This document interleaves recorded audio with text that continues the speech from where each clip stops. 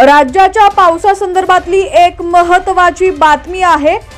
महाराष्ट्रात पुन्हा एकदा मुसळधार पावसापेक्षाही मोठं संकट कोसळण्याची शक्यता आहे। IMD कडून महाराष्ट्राबाबत ही मोठी बातमी समोर आली आहे।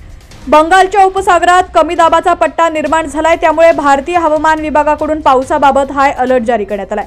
किनारी भागात IMD कडून सतर्कतेचा इशारा देण्यात आलाय। बंगालच्या उपसागरात कमी दाबाचा पट्टा निर्माण झालेला आहे।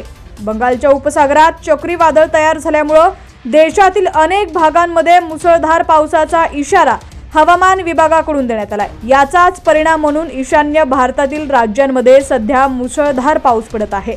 दुसरीकडे केरळमध्ये जोरदार वाऱ्यासह पावसाचा इशारा देण्यात आलाय। बातमी पूर्ण पाहूया त्याआधी तुम्ही HPN मराठी न्यूज चॅनल पहिल्यांदाच पाहत असाल आणि अजूनही चॅनलला सबस्क्राइब केलं नसेल तर नक्की सबस्क्राइब करा, जेणेकरून आमचे अपडेट्स लवकरात लवकर तुमच्यापर्यंत पोहोचतील। आणि तुमच्या भागातील पावसाची काय परिस्थिती आहे ती देखील आम्हाला कमेंट सेक्शनमध्ये नक्की कळवा।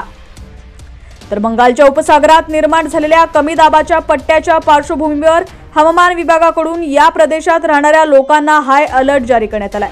कमी दाबाच्या पट्ट्यामुळे 19 आणि 20 या 2 दिवस भागात अतिमुसळधार पावसाचा अंदाज वर्तवण्यात आलाय। चक्रीवादळाच्या पार्श्वभूमीवर केरळमध्ये वादळाच्या प्रचंड वेगासह अतिमुसळधार पावसाचा इशारा देण्यात आलाय। राज्यात ऑरेंज अलर्ट जारी करण्यात आलाय। महाराष्ट्राबाबत बोलायचं झाल्यास महाराष्ट्रातही जोरदार वादळाचा तडाखा बसणार आहे। राज्यातील अनेक भागांमध्ये जोरदार वाऱ्यासह मुसळधार पावसाचा अंदाज हवामान विभागाकडून वर्तवण्यात आलाय।